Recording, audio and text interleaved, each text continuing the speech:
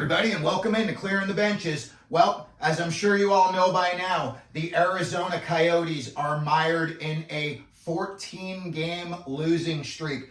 So today we're going to take a look at their roster, their upcoming schedule, and we're going to try to predict when is the next game that the Coyotes are going to win. But before we get to that, we wanted to give a quick shout out to our sponsors over at sunshinegirlsaz.com. They have got great shirts for guys, for gals, for kids, hockey shirts, funny saying shirts. And as always, if you punch in CTB10 in the code, you will receive 10% off of your purchase. Alrighty, last night the Coyotes gave it a good try, but they came up short against the Toronto Maple Leafs for their 14th loss in a row. When you go online and you look, a lot of people have a lot of different opinions. A lot of people say, 14 losses in a row. Could be time for a coaching change. Could be time for a roster change. But it's definitely time for some sort of change. Then there's other people say, oh no, this is all part of the process, that they're building. I don't believe that. I don't think that, a losing 14 games ever is part of any process that any team wants to be a part of. So today we're just going to look at the Coyotes. Currently they are 23-30-5. They are no stranger to losing streaks, that's for sure. In 2003, 2004, they lost 15 in a row, or let's say they were winless for 15 in a row. In 2017 and 2021, they were winless in 11 in a row. And their franchise record going back to Winnipeg when they were the Jets in 1980, the Winnipeg Jets went 30 games without a win. So I was just looking at their roster, and they've got a lot of big names on their roster, but when you look at their big names and you see the top guys in their scoring, they all have one big thing in common, and that is that they are all big time in the minus department. Clayton Keller, 52 points. He's a minus 21. Nick Schmaltz, who, he's not having the greatest year, and the guy's got a pretty hefty contract, 35 points. Also, a minus 21. Matt Dumba, when they brought him in last summer, I just didn't see it working out. And to be honest, it has not worked out. Moving forward to the trade deadline, I've heard his name pop up a few times. I don't think it's going to happen. I think the guy is too much of a defensive liability. And unfortunately, he makes bonehead mistakes that often lead to, outnumbered attacks and, grade A scoring chances. Matt Dumba this year is a minus 14. Matthias Michelli, he's only in his second year. He's got 40 points, but he's also a minus 6. When you look at their big scoring guys, outside of like Gunther and Cooley, these are the three guys that they were going to rely on to be their leaders. And all three of them are in the minus department, plus minus wise, and two of them big time. And just in comparison, some people sit there and say, oh, plus minus isn't an important stat. All righty, JT Miller, I think everyone would agree he's having a pretty good year, plus 26. Brock Besser, another guy, pretty sure everyone says he's having a good year, plus 23. Austin Matthews and his 50-something, what is he up to, 54 goals, plus 22. Zach Hyman, who's got 40 goals this year, a plus 21. So when I look at the Coyotes, I hate to say it, but it's like basketball. That guy who stands out on the three-point line clapping for the ball, all he wants is, a catch and shoot. I hate to say it, but that's what I see in a lot of the Coyotes. They're a very perimeter team. A lot of their forwards are smaller, frailer guys. And unfortunately, the big guys that they do have in their lineup, the Jack McBains, the Lawson Krauses, I don't know. They just, to me, don't bring it every night. There's really no consistency. And for sure, maybe they get in a couple of fights a year, but there's no snarl in those guys. You watch a lot of times after the whistle, there's guys that give a little bit extra jab to one of their smaller players. And instead of turning and punching the guy in the face for doing that, they just turn and skate back to the bench like nothing happened. And, I look at some of these teams that have big guys on there, and you don't see that from their teams. One of their smaller guys gets hit right away. Somebody's answering to that. Look at the big Trocheck hit the other day. Right away, Trocheck had to answer for that.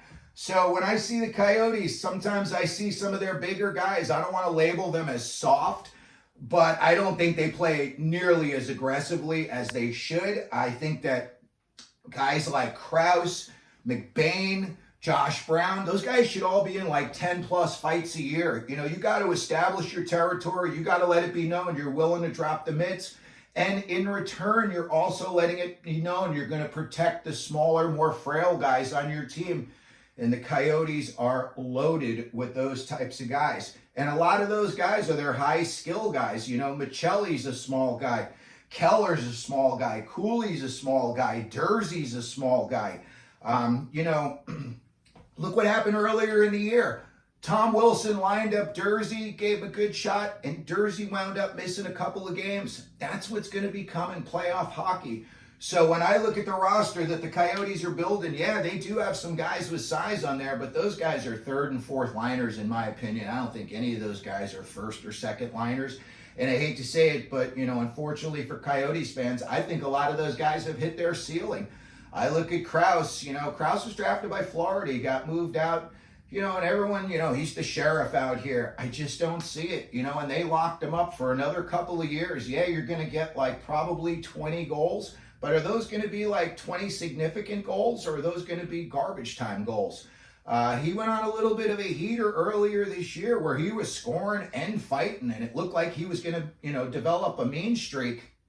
Didn't happen. Did not stick around for that. So when I look up at the Coyotes' next 12 games coming up, there's some teams that they're playing against that they should win, but maybe they're playing that team on the road.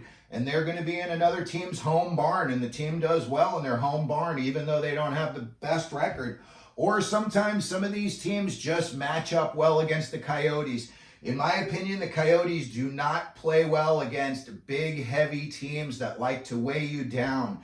The Islanders, Vegas, Minnesota, Winnipeg, and a lot of those are divisional rivals. So, you're going to have to thicken up your team. And in my opinion, if you're going to, move forward with bigger guys, you're going to have to make sure these guys have some snarl to them because, besides Liam O'Brien, who I just want to take 1 second and say that guy should be the Coyotes captain. Last night, with no hesitation at all, he fought Ryan Reeves. And let me tell you, he was jacked up and anxious to do it. You could see he really wanted to fight Reeves. Reeves pissed him off, and he went for it. And I look at all the other big guys on the Coyotes, and I could not name one other guy on that team. Maybe Josh Brown if he had to. But I could not see any other guys on that team going straight up at Reeves like O'Brien did last night. So kudos to Liam O'Brien. And, we might as well just switch over to like a little trade deadline talk. When I look at trade deadlines, a lot of teams are like, oh, we should trade this guy, we should trade that guy. But you got to really wonder, like, do other teams want that guy? Or is it maybe you're just trying to like get him off of your roster and you say, oh, he would be good on your team? Look, when I look at the Coyotes, there are a ton of guys that I think could play a role on specific teams around the league. When I could go through this list here, look, Krause has got 20 goals. He's a big body. You only need him hot for 6 weeks during the playoff. I could see if, a team like Boston wanted to add some size. If somebody looking to add a fourth line guy, who's going to take the body, you're not going to get much scoring out of him. But, defensively, he's willing to take the body. He's willing to, get dirty if you need him to. And that's Jack McBain. And I could see, some team that thinks that they just need a little bit of help down on their grinding line. And maybe a guy like McBain would fit in. Sean Durze surprised me that the Kings moved on from him.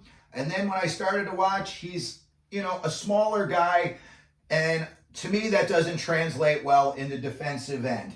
I've been saying it for a couple of weeks now, but I think once the Coyotes are eliminated from the playoffs, they should just roll the dice and go for it. And I think they should move Sean Durzi up front. Put him between Gunther and Logan Cooley. Logan Cooley and Gunther are starting to click. Those two are going to be bona fide scorers in the NHL for years to come. And I think that Durzi's a smaller guy. He's got a big-time offensive upside to him.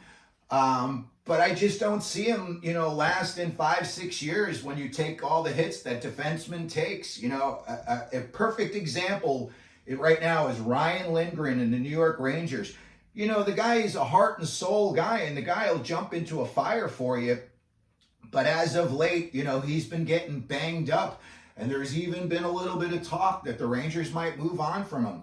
And, nothing for nothing, but he's much more of a compact guy and put together than Durzi is. So, again, I would just think a guy like Durzi would be much better suited, move up front. He's offensively gifted. He's offensive-minded. Put him up there with two guys. And, again, Gunther and Logan Cooley, they backtrack on defense. Their guys, I know Cooley had a couple of bad plays last night, but the kid came back, made up for it, and scored a nice goal. Those are guys that all come back. Durzi being a defenseman, if you moved him up front, I am sure he would be one of the first guys back on defense. So I could definitely see a team calling about Sean Durzi. Matt Dumba, I've been hearing his name in the rumor mill. I don't see it. He sat out in open free agency last summer for a couple of months before the Coyotes signed him. And as soon as they signed him, all the Minnesota fans kind of laughed and said, wait until you see what this guy's going to give you.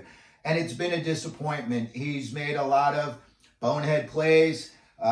He's taken some bad penalties. He's just put his team in the hole a couple of times too many. I don't know. Playoff hockey is you got to have guys playing like almost perfect if you're really going to make a deep run. And I just don't see Dumba being that player. Maybe somebody who's desperate for defensive help, goes out and makes a trade for him and puts him on their, bottom pairing. But I just don't see it. Another guy I see that could possibly go, Nick Bjugstad, went to the Oilers last year, didn't work out, came back to the Coyotes. He's a bigger guy. I think he's like, 6'3", 6'4", 6'5". He's about 210. Look, he can win faceoffs. He can kill penalties. He can stand in front of the net. I think the fact that he hasn't really played on a line consistently this year, a lot of the Coyotes haven't played on the same line consistently this year. I think that's held back Bjugstad. But as far as a team, the New York Rangers keep coming to mind. That Blake Wheeler injury, to me, if I were them, I'd be trading for Henrique or Bjugstad in a hurry. But I think Bjugstad, going to the right team, again, the Bruins, a big body, stick him out there in front of the net. You got a lot of guys that can buzz around. I think he would be a good addition to a team like that. Michael Carcone led the AHL in scoring last year, so the guy knows how to put the puck in the net. Again, he's just in a bad situation on the Coyotes. They've been giving him healthy scratches. He's gone a ton of games without scoring a goal, but when he does score, he scores in bunches. And the guy generally is around the net. I don't really see his oppositional players scoring too much. So, he is pretty defensively responsible. But again, this guy here, if you get him on a line with two guys who are constantly putting loose pucks around the net, Carcone is a guy that 6 weeks, a guy could score you 10 or 12 goals in them 6 weeks. And then last and certainly not least on this list right here, Liam O'Brien, defensively responsible, just fought Ryan Reeves last night, clogs the lanes. He's a big guy. He knows how to play. He's not going to put you in a bind. I think he's like a +4 on the season. And again, the guy just fought Reeves last night. He's willing to fight anybody. Come playoff time, I know fights are down, but you definitely need big body guys. And again, he's a guy that you could throw in front of the net.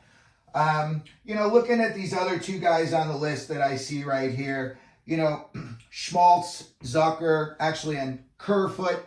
Kerfoot had a great game last night against Toronto. Heck, I could see Toronto calling and possibly bringing him back. Schmaltz, I just don't see it. Too little production, 35 points. He's got a big contract. It's like over $5 million, I think. And he's just a fragile player. He's not a playoff guy, in my opinion. Zucker, he's got a big heart but a small body. And I just, maybe that'll help out in the playoffs on some team, but that would have to be a team that's pretty stacked. And I would say he's got some pretty big bodies that you could insulate Zucker with. Like I said, Kerfoot, not the biggest guy, but boy, he had a great game last year. He's having a great season for the Coyotes. And I would not be surprised if a team like Toronto called, said, hey, we're going to bring him back in. Looking at their coaching situation, Andre Tourigny, he's in his third year. His contract, he has a 3-year contract that expires on July 27th of this summer. His record so far as the Coyotes coach, 76 wins, 121 losses, 21 overtime losses. I don't want to say that the guy should get fired because, they're in a 14-game losing streak. But again, I look at, if this was the corporate world and you had 14 consecutive quarters in the red, there's a pretty chance you could get fired. So I don't know. It's not the biggest pressure cooker out here in Arizona. Guys, I think, get a little more leeway from, management, the press, the fans. It's a little bit rah-rah compared to like, New York or Philly or Boston where it's like win or die. But again, I was looking at the teams that they're going to have coming up. And a lot of these teams that they're playing against are really good teams, and some of them they're playing against them twice. And when I look and I say, where could the Coyotes' next win come from? Listen, they're at Ottawa, at Washington. They barely beat Ottawa here at the Mullet, and Ottawa blew a lead. Washington's been playing better. Then Chicago, Bedard Fest 24 comes to the Mullet. Who knows? That could be, depending on how that game goes. If that game turns out to be a loss, the next games you got after that are Minnesota, Detroit. Before you get Chicago again, Minnesota, a team trying to make the playoffs. Detroit, team in the playoffs right now. Jersey, another team desperate, trying to get in the playoffs. Dallas just beefed up with Tanev. Seattle's trying to make a run so that they can get in the playoffs. Grubauer's playing well for them again. Joey Decord's been a big story this year. And then Dallas again. That losing streak, if things don't go well all in here and, maybe morale drags them down, maybe, Krause looks like he may have been a little bit banged up last night. Injuries could start to settle in. And I look and I think if things don't really go much better than they've been going as of late, this losing streak could hit 26 games. And the next game they would play would be at home on March 26th to the Columbus Blue Jackets. I mean, if they don't win that game, what, are they going to lose every game the rest of the season? I certainly don't think so, but when I look at their schedule coming up, I don't think that the Coyotes are going to win many more than 5 or 6 more games the rest of the season, especially when I look at all the divisional teams that they're playing that are all trying to make the playoffs. These teams are going to really ramp it up. If the Coyotes decided over the summer that they wanted to move on from Andre Tourigny, maybe they think that they could get something, a better coach that would, get more out of these players, or maybe they're going to move on from some of the players. Again, the Coyotes have 0 defensemen signed after this season. You got either RFAs or walk-away free agents. So, in my opinion, I don't want to say it's gotten soft and country clubbish, but it's kind of gotten soft and country clubbish. And I personally think as good a coach as Tourigny is, he was like the OHL Coach of the Year a couple of years ago. I think maybe he's just said everything he could say to this roster, and maybe it is just time for a change. My opinion, this lineup particular, if you were to have a guy who would come in and take over tomorrow, You need a screamer. You need a guy who's going to wake guys up. You need a guy who's going to tell guys, you don't do what I tell you to, you're sitting. Or you'll be a healthy scratch sitting up in the press box. 3 guys, that I look at, if they decided, they wanted to give Turney, maybe a 2-year deal, it's not going to show much confidence in him, but I don't think they would give him another 3-year deal. And the other 2 guys that I see that are screamers on this is, Gerard Gallant and Craig Berube. And both of those guys, they can squeeze the most out of any team. Berube won a cup in St. Louis, took over a last-place team in the middle of the season. Gallant, good coach, didn't work out in Vegas or the Rangers, but otherwise the guy is a good coach. And if either one of those 2 came in next season to coach Arizona, I would either see a lot of roster turnover, and I would think that you would see a significant jump in their standings. I could see, a 15 to 17 point jump in the standings, especially, considering they're mired in a 14-game losing streak right now that, potentially could hit 26 games. So anyway, that's going to be it for today. I just wanted to go over the Arizona Coyotes situation. So when you're watching these games or watching the news, you know what's going on behind the scenes. If you could, please, if you could hit the like button, if you could hit the subscribe button down here, that really, really helps us out. If you want to share this video with anybody, feel free. We would really appreciate that. And as we always do here at Clearing the Benches, let them know you're out there.